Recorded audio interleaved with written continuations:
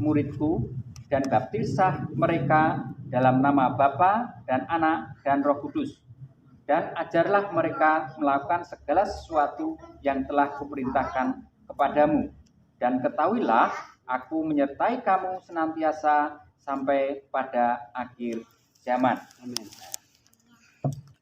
Ini adalah suatu ayat yang terkenal, yang sering orang mengenal. Ini adalah suatu amanat agung, di mana Tuhan Yesus menyampaikan perintahnya, pesannya kepada para murid ini ketika dia itu mau naik ke surga. Jadi di dalam Matius pun di sini mencatat ini di bagian bab yang terakhir dan ayat yang terakhir juga. Nah, seringkali ketika kita melayat mungkin karena si almarhum meninggalnya dadaan.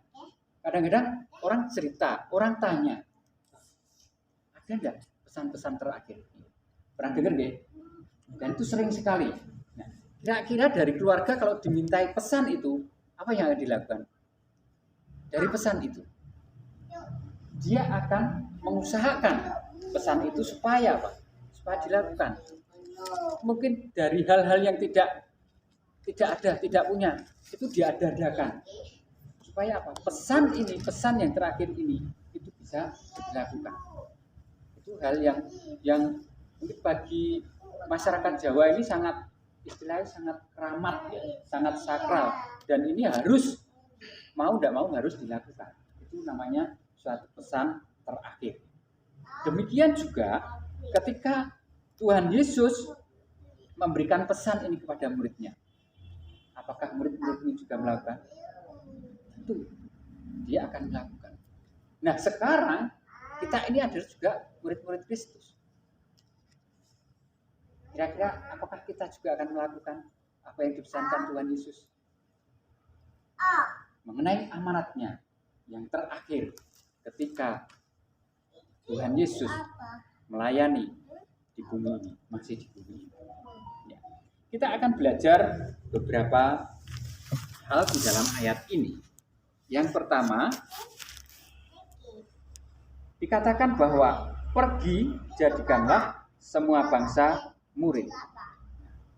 Di sini Tuhan Yesus berpesan pada murid-muridnya, yaitu untuk pergi. Pergi itu tidak diam di tempat. Pergi itu menuju ke suatu tempat tertentu. Kalau misalkan saya gini, saya di sini, kemudian saya berdiri. Apakah ini dinamakan pergi? Tidak. Kalau saya pergi berarti saya harus melangkah dari tempat saya berada ini ke tempat yang lain. Itu yang dikatakan pergi. Jadi suatu perintah ini adalah suatu perintah aktif. Tidak tinggal diam, tapi harus pergi. Nah, kemudian pergi untuk apa? Untuk menjadikan semua bangsa murid. Menjadikan, arti menjadikan itu yaitu membuat sebagai, mengangkat sebagai. Misalkan saja ya, saya ini jemaat biasa ya. Nah, tiba-tiba Pak Pendeta, mengangkat saya jadi pendeta. Saya kaget. Ini cuma ilustrasi, tidak betulan ya Pak ya. Cuma biar jelas lah. Jadi mengangkat berarti artinya apa? Menjadikan bangsa murid. Menjadikan bangsa murid. Jadi dari yang biasa ini menjadi murid. Itu yang diartikan menjadi jadikanlah itu. Nah, yang dijadikan murid itu siapa? Semua bangsa. Semua bangsa itu tidak hanya kaum, tidak hanya golongan tertentu, tidak hanya daerah tertentu, tidak hanya kota tertentu, tetapi semua bangsa yang ada di belahan dunia ini. Kemudian di situ dikatakan bahwa Tuhan Yesus menghendaki semua bangsa itu menjadi murid. Jadi di sini Tuhan Yesus hanya meminta kualitas seorang murid, tidak kualitas seorang guru. Tidak kualitas seorang pendeta, tetapi apa? Kualitas seorang murid. Nah, sebenarnya apa toh? Kok Tuhan Yesus kenapa? Kok cuma murid? Kan juga banyak, maksudnya level-level yang tinggi. Tetapi Tuhan Yesus menghendaki hanya sebagai murid. Kalau Tuhan murid itu adalah orang yang sedang belajar. Murid yang sedang bersekolah. Nah, di dalam Jawa pun orang Jawa, tradisi Jawa itu terkenal sekali dengan sebutan santri. Itu kalau orang itu biasanya ya, satu, belajar ilmu kanuragan, kemudian juga dengan budaya, kesenian. Itu orang ketika diangkat menjadi santri dari gurunya itu akan senang sekali. Karena apa? Tujuan ketika dia nyantri itu, ketika dia jadi muridnya itu, ketika dia itu dididik adalah apa? Dia mendapatkan suatu ilmu dari gurunya. Dan ilmu itu adalah yang dituju jadi titik akhirnya. Dia pusatkan perhatiannya, hidupnya, bahkan hidupnya itu bersama dengan gurunya itu. Nah, seringkali itu yang terjadi di dalam kehidupan orang-orang Jawa pada kalau saat ini pun masih itu terjadi. Jadi teman-teman saya ketika saya berkenalan dengan orang mungkin kayak dalang, kemudian kayak pengrawit, itu benar-benar begitu. Jadi kemana dalangnya itu pergi, itu dia ikut. Kemudian di rumahnya dia juga sebagai kayak pegawainya itu. Jadi walaupun dia itu tidak dibayar, tetap dia menyerahkan dirinya untuk ikut dan mau menjadi muridnya itu. Seperti halnya ketika para murid itu juga mereka adalah orang-orang yang bekerja. Walaupun mereka itu latar belakangnya mereka adalah orang yang tidak berpendidikan, tetapi di situ Tuhan Yesus memilih mereka, Tuhan Yesus memanggil mereka, Tuhan Yesus mengangkat mereka untuk menjadi muridnya. Dan mereka sendiri itu adalah orang-orang yang mau menyerahkan diri kepada Kristus. Seandainya kalau mereka itu tidak menyerahkan diri untuk dididik, untuk digembleng, untuk diajar oleh Tuhan Yesus, mereka juga tidak akan menjadi murid Kristus. Bahkan ketika amanat agung ini disampaikan, itu disampaikan kepada siapa? Kepada muridnya. Tuhan mempercayakan bahwa keselamatan bangsa ini kepada muridnya, tidak kepada yang lain. Walaupun kita tahu, Tuhan Yesus tahu siapa murid-muridnya, kualitasnya seperti apa. Tetapi ketika dia menjadi murid-murid Kristus yang mau dididik, yang mau diajar, yang mau menyerahkan, memberi penyerahan diri pada Tuhan Yesus, suatu kejadian yang luar biasa, bahwa estafet untuk keselamatan dunia ini diberikan kepada murid-muridnya. Nah, kita sebagai orang-orang yang percaya dan kita juga percaya pada pengajaran Tuhan Yesus, kita adalah sebagai murid-murid Kristus. Jadi ketika Tuhan Yesus memerintahkan kita untuk pergi menjadikan bangsa murid, itu adalah perintah yang aktif, perintah yang Tuhan kehendaki. Memang untuk menjadi murid itu sangat-sangat menyakitkan. Kalau itu tidak memiliki suatu penyerahan diri, tidak bisa orang langsung lulus punya ijazah kalau dia tidak menjadi murid. Tidak bisa orang itu langsung mahir, langsung bisa kalau dia tidak mengalami yang namanya menjadi murid. Kemudian yang kedua, kita belajar dari prinsip kebenaran firman Tuhan ini. Ajarlah murid untuk melakukan perintah Tuhan.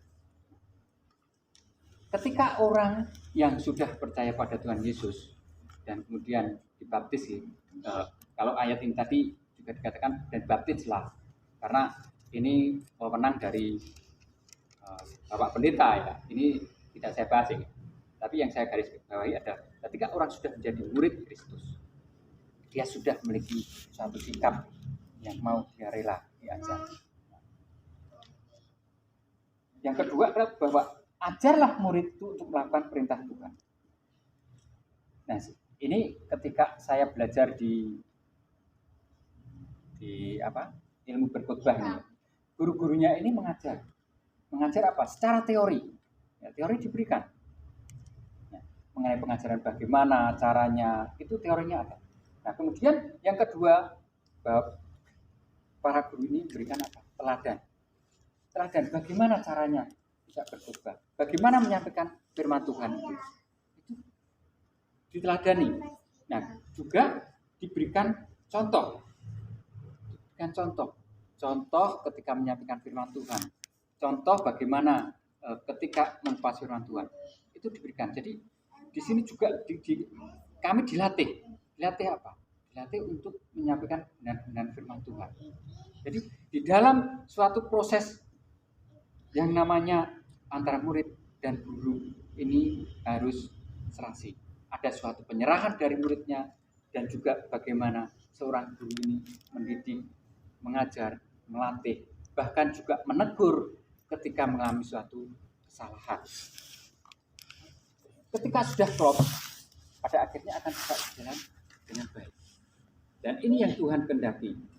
Jadi semua apa yang dikatakan Tuhan, apa yang diinginkan Tuhan itu diajarkan kepada para murid. Itu yang dikehendaki Tuhan di dalam firman ini. Nah, kalau kita melihat hasil murid daripada murid-murid Tuhan Yesus, bahwa berita keselamatan itu terjadi kepada kita, sampai kepada kita, itu hanya karena murid Tuhan Yesus. Kalau seandainya murid Tuhan Yesus itu tidak menyediakan diri, nah,